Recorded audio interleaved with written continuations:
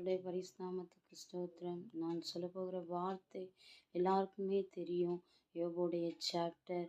அவருடைய வாழ்க்கையில் நடக்காத அவருடைய எப்படி சொல்கிற சோதனையே கிடையாது. பிசாசு அவர் மீது கண் வைத்தது நிமித்தம் பார்க்குற ஒவ்வொருவருக்கும் சொல்கிறேன், கர்த்தர் சோதனை என்பது அதிகமாக எல்லா மனுஷர்களுக்கும் உண்டு. ஆனால் வேதத்தில் ஒரு மனுஷன், யோபு என்ற மனுஷன், அவர் படுகிற பாடே அவ்வளவா இருக்கும். அவர் படுற பாடு, அவர் வீடு இழந்தார், அவர்கள் வேலைக்காரர்களை இழந்தார், அவர்கள் பிள்ளைகளை இழந்தார், அவர்கள் ஆடு, அவர்கள் ஒட்டகங்கள், கழுதைகள் என்ற அநேகங்களை அவர் இழந்ததின் நிமித்தம் அவர் ஒரு வார்த்தை கூட கர்த்தரை பற்றி தூஷணமாய் ஒரு வார்த்தை கூட அவர் உதடுனால பேசலையா. அவர்கள் மனைவி கூட சொல்கிறாங்க, நீ ஜீவனை விடு, தேவனை தூஷித்து ஜீவனை விடுன்னு சொல்கிறாங்க. அப்போ கூட அவர் சொல்கிற ஒரே வார்த்தை, நான் தேவனை ஒரு நாளும் நான் தூஷிக்க மாட்டேன். நம்ம கர்த்தருடைய கையில் நன்மை பெற்ற நாம் தீமையும் பெற வேண்டாமோ என்று அவர் கேட்குறாரு.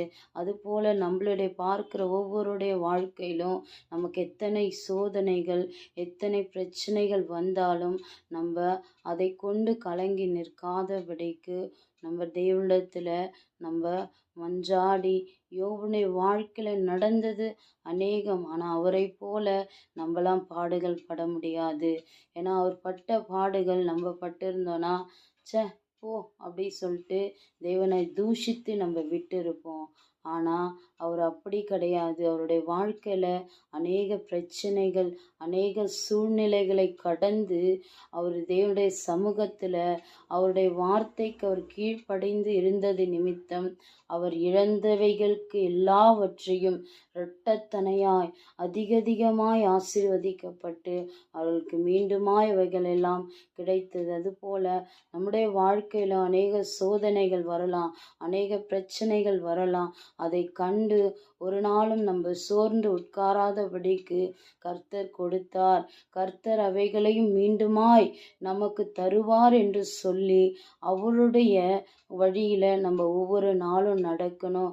ஒரு நாள் கூட அவரை நம்ம தேவனை விட்டு விடாதபடிக்கு யோபு எப்படியாய் சோதனைப்பட்டாரோ அதை போல நமக்கு வரலைன்னா கூட, நமக்கு சிறு சோதனை வந்தாலும் அது கடுகை போல சிறியதாய் நினைத்தோன்னா அது நமக்கு பிரச்சனையாய் தெரியாது. தேவன் இந்த வார்த்தைகளை கேட்டு ஒவ்வொருடைய வாழ்க்கையிலும் தேவன் அற்புதம் செய்வாராக. ஆமென்.